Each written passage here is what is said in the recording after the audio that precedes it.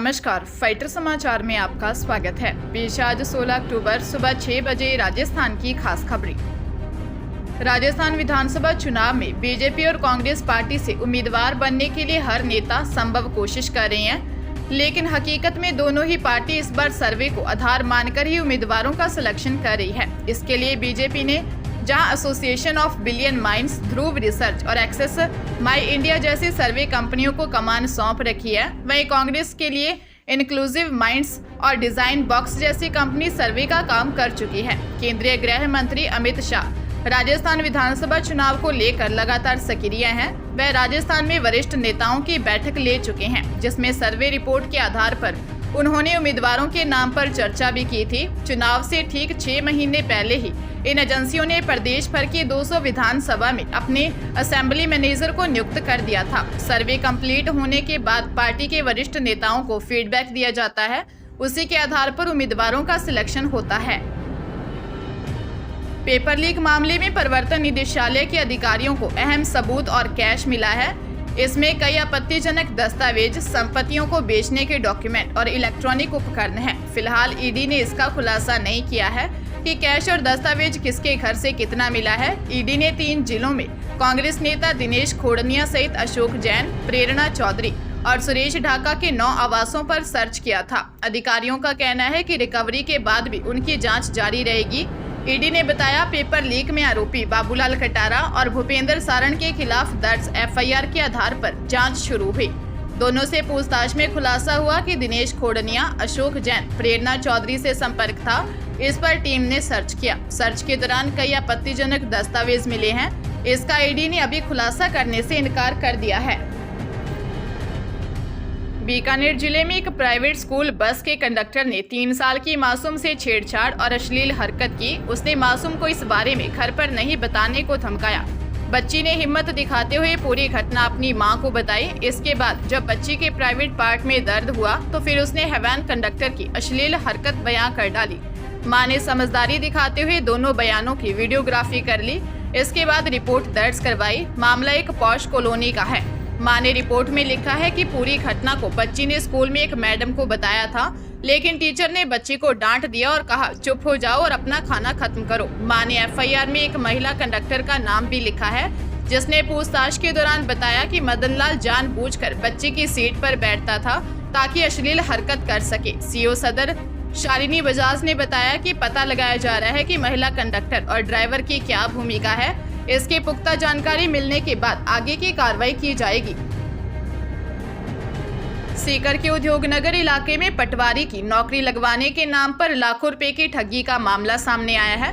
आरोपी ने एक हॉस्टल संचालक को अपने झांसे में ले लिया, लेकिन उसकी नौकरी नहीं लगवाई और अब पैसे मांगने पर जान से मारने की धमकी दी है। झुंझुनू निवासी विजेंद्र सिंह ने दी रिपोर्ट में बताया कि वह ग्रेजुएट है और सीकर में खुद का हॉस्टल चलाता है। 16 नवंबर को उसके हॉस्टल पर खंडेला निवासी राकेश चोपड़ा आया। राकेश ने विजेंद्र को कहा कि वह उसे पटवारी के पद पर नौकरी लगवा देगा। नौकरी के बदले 27,57,000 रुपए देने होंगे। झांसे में आकर विजेंद्र ने 24.30 लाख रुपए नगद राकेश को दे दिए और बाकी रुपए बैंक में ट्रांसफर कर दिए, लेकिन राकेश ने विजेंद्र को न तो कोई परीक्षा दिलवाई और न ही उसकी कोई नौकरी लगवाई। बाद में रुपए मांगे तो राकेश ने कहा कि न तो नौकरी मिलेगी और न ही रुपए वापस मिलेंगे। पुलिस ने मामला दर्ज कर जांच शुरू कर दी है। भाजपा प्रदेशाध्यक्ष सीपी जोशी का दावा है कि कांग्रेस को इस चुनाव में राजस्थान में सबसे बड़ी हार मिलेगी। उन्होंने मीडिया से कहा कि मेरा मानना है कि कांग्रेस पार्टी राजस्थान में अब तक की सबसे बड़ी हार की ओर बढ़ रही है। यह हार उससे भी कई बढ़कर होगी, जो उसे वर्ष 2013 में मिली थी। तब उसे 200 में से केवल 21 सीटें मिली थी। उन्होंने कहा कि सीएम गहलोत ने विजन 2030 के तहत जो सुझाव मांगे हैं, उनमें जनता ने कह दिया है कि राजस्थान को पीएम नरेंद्र मोदी के हवाले कर दीजिए। अब से यह संभलने वाला नहीं है। 156 सीटें तो बहुत दूर की बात है, वे अब तक की सबसे बड़ी हार की ओर बढ़ रहे हैं। उन्होंने कहा कि सबसे महंगा पेट्रोल, डीजल, बिजली, पानी, परिवहन राजस्थान में है। सबसे ज्यादा रेप राजस्थान में हो रहे हैं। महिलाओं पर अत्याचार में नंबर 1 पर है।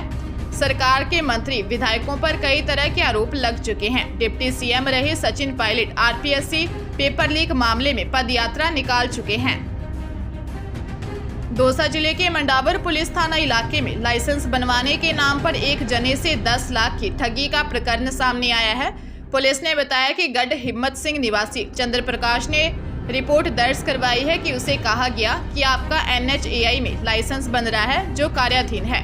इस पर प्रार्थी ने प्राइवेट कंपनी के जरिए सड़क बनाने का काम शुरू किया। NHAI का ठेकेदारी का लाइसेंस भी मिल जाएगा। लाइसेंस में आवेदन हेतु FD PWD के नाम पर 50,000 रुपये की बनवाई। तब प्रार्थी ने कहा कि यह तो PWD में ठेकेदारी के लिए लाइसेंस के लिए FD है, जबकि NHAI में ठेकेदारी लाइसेंस बनवाने के लिए 10,11,000 रुपये लिए हैं। बाद में आरोपी टाल मटोल करते रहे और बाद में लाइसेंस बनवाने व पैसा लौटाने से साफ इनकार कर दिया। पुलिस मामले की जांच में जुटी है। विधानसभा चुनावों में इस बार राजस्थान में 5,26,80,457 वोटर्स सरकार चुनेंगे। इनमें 48,91,545 वोटर्स इस बार नए हैं। खास बात यह है कि 49 लाख वोटर्स 139 सीटों पर किंग मेकर साबित हो सकते हैं, क्योंकि 200 विधानसभाओं में से 139 सीटें ऐसी हैं जहां जीत के अंतर से ज्यादा वोटर बढ़ गए हैं।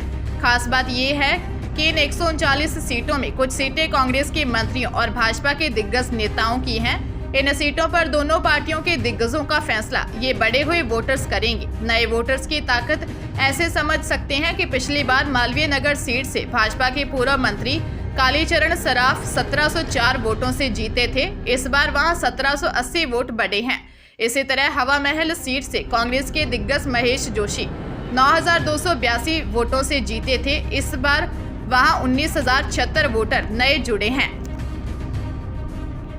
जोधपुर की प्रतापनगर थाना पुलिस ने पॉश कॉलोनी में नकबजनी की बड़ी वारदात करने के मामले का खुलासा करते हुए 4 आरोपियों और खरीदार को गिरफ्तार किया है। गैंग के आरोपी रामदेवरा मेले की आड़ में जातरू बनकर सूने मकानों की रैकी करते थे।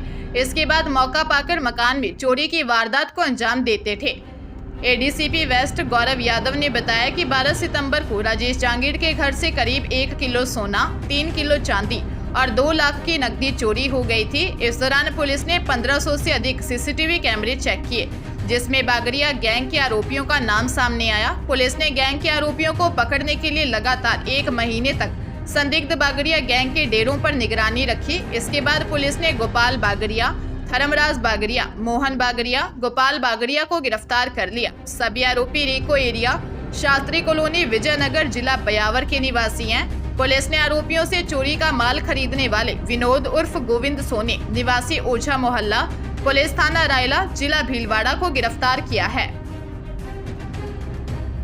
राजस्थान लोक सेवा आयोग द्वारा वरिष्ठ अध्यापक प्रतियोगी परीक्षा 2022 के हिंदी एवं अंग्रेजी विषय की काउंसलिंग के लिए अनुपस्थित रहे अभ्यर्थियों की पात्रता जांच तथा प्रोविजनल रहे अभ्यर्थियों को वांछित दस्तावेजों के साथ आज 16 व कल 17 अक्टूबर को उपस्थित होने का अवसर प्रदान किया गया है। इस संबंध में विस्तृत सूचना एवं अनुपस्थित तथा प्रोविजनल रहे अभ्यर्थियों की सूची आयोग की वेबसाइट पर उपलब्ध है। आयोग सचिव रामनिवास मेहता ने बताया कि हिंदी विषय की विचारित सूची 11 सितंबर 2023 को जारी की गई थी।